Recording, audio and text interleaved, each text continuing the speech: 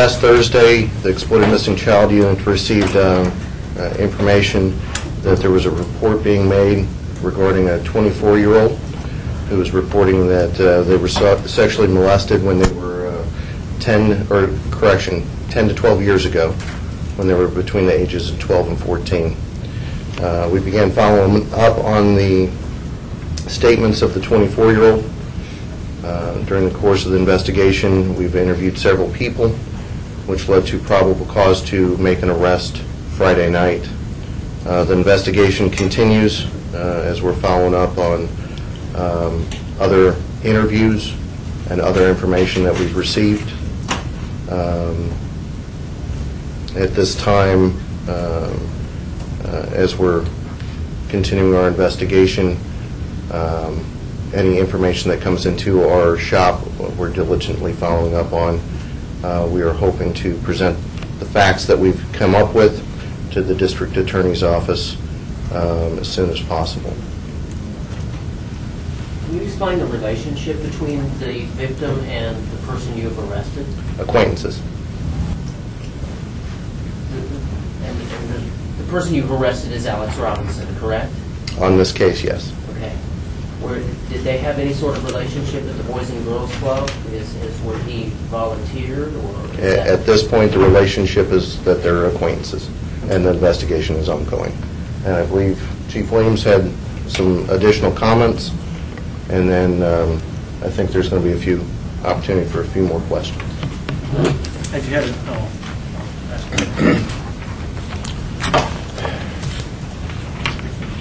first of all, when you look at an investigation of this nature here, there's no doubt that it has an impact on the community, the victim, as well as an organization. And in this case, it happens to be the Wichita Police Department. Once this investigation is completed, it's going to be presented to the DA's office. However, anytime we're notified of an incident of this nature, we have a responsibility, we have an obligation as a department to make sure we do a complete and thorough investigation. And part of that complete and thorough investigation is sometimes having personnel come in and work on the weekends like we did this past weekend. We did have our EMCU personnel in yesterday, all following up on information that they received in regards to this investigation. I can tell you that as the Chief of Police, I'm greatly disturbed anytime someone victimized the children in our community, because we as adults have a responsibility to protect the children of our community. I truly encourage anyone that is a parent, a caregiver, or anyone else that is responsible for children's safety to report anything that they hear or that they may suspect when it comes to possible abuse, whether it be physical or sexual abuse, because sometimes we have a tendency to discount what a child may tell us, and there again we need to make sure that we do report those types of allegations, because that's why we have a police department to allow us to be able to follow up on it. If anyone sees anything, it's so important to make sure that we say something, because if we see things and don't say something, then are we further victimizing the children or anyone in this community? And so it's important to keep that in mind from that standpoint. We're going to open up for questions. Invite myself and Lieutenant Weibo, and if necessary, Captain Allred, in regards to this investigation. So you have an opportunity for a few questions. I know we have a lot on the agenda this morning, so go ahead. Chief, where is Alex Robinson right now, and can you give us a status on how that's being handled? I can tell you that he's bonded out of jail. As far as where he's at, I can't tell you. I do know he's no longer in Sedgwick County jail. Are there more victims, Chief, that you know of or that you're looking into? At this point in time, there's only one that we are aware of at this point in time in regards to the investigation. But as the investigation continues, because it is continuing, and we'll see where it leads us from this standpoint, if there is any additional individuals that we need to contact that may have information. Or do you believe that this was an ongoing thing with this 12-year-old, or was it one incident? Well, there again, I'm not going to delve into the investigation. A lot of that would come out through the court proceedings. So that's the response to that question there. Based on the time frame of when this allegedly occurred, Robinson was a member of the police department at that time, wasn't he? Yes, sir, he was a member of the Wichita Police Department. Did you say anything about what prompted this person to come forward at this late date? Well, there again, I think, if you allow the investigation to proceed through the court proceedings, a lot of that information is going to come out. Right now, we're not going to divulge it because, there again, it's ongoing. The other thing to keep in mind is that this investigation is being handled like we do any other investigation. There's nothing that we've done differently. We're investigating an allegation. We have a suspect. Suspect was arrested, and we're proceeding to present the case to the DA's office. Is there any sort of statute of limitations on these types of charges? Lieutenant Allred? I'm sorry. Yeah, I can answer that too. There is a 5-year statute of limitations, but there's some qualifiers there. If we meet those within 5 years, that we can go ahead and charge the case. Based on what we know right now, we believe we've met some of those. But of course, this case will be presented to the district attorney's office, and they'll make those decisions in the end. And to follow up on your question too, we typically have a number of adults that come forward at some point in time in their lives to report these type of crimes based on a number of reasons. So, Can you explain in general terms what some of those qualifiers might be? well, a couple of them is the victim has to be under 15. And if this victim's under 15, then that's one of the qualifiers.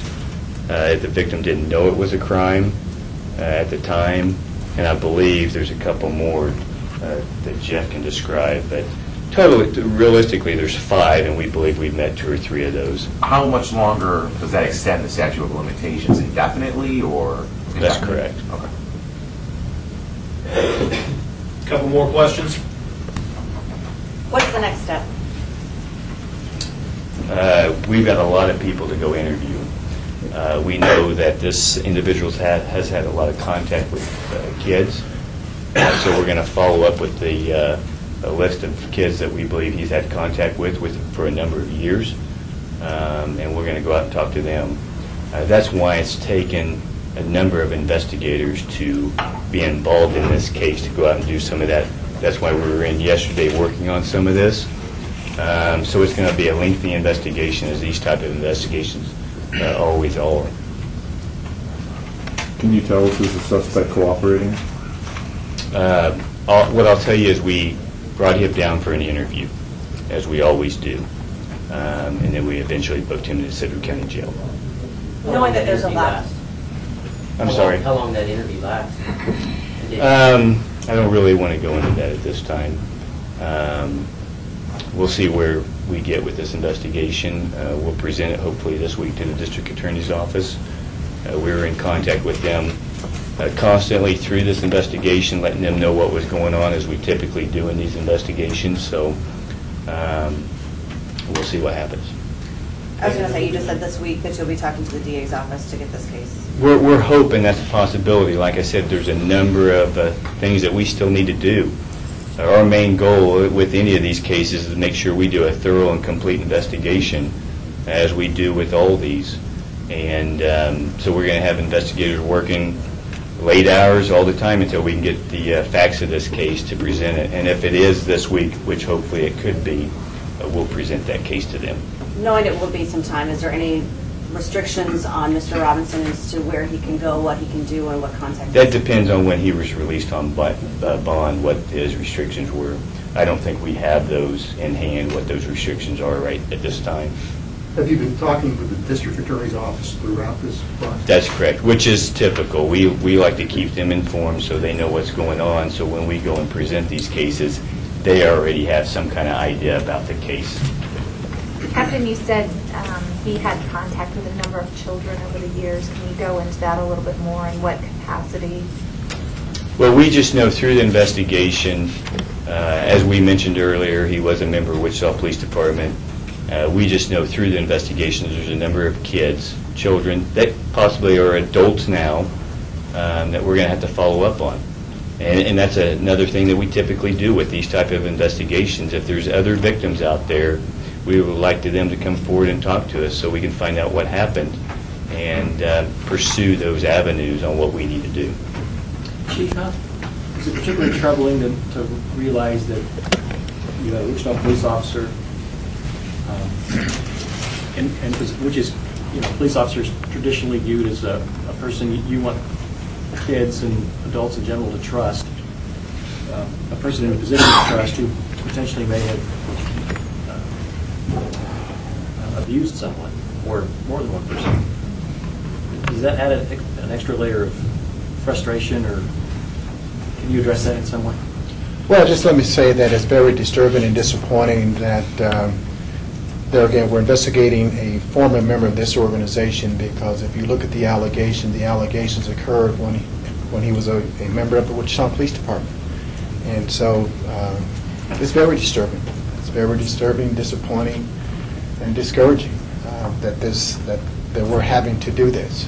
But there again, we have a responsibility and an obligation to the victim, to this community, and to the department members to make sure we're doing a complete and thorough investigation. And that's what we're going to do.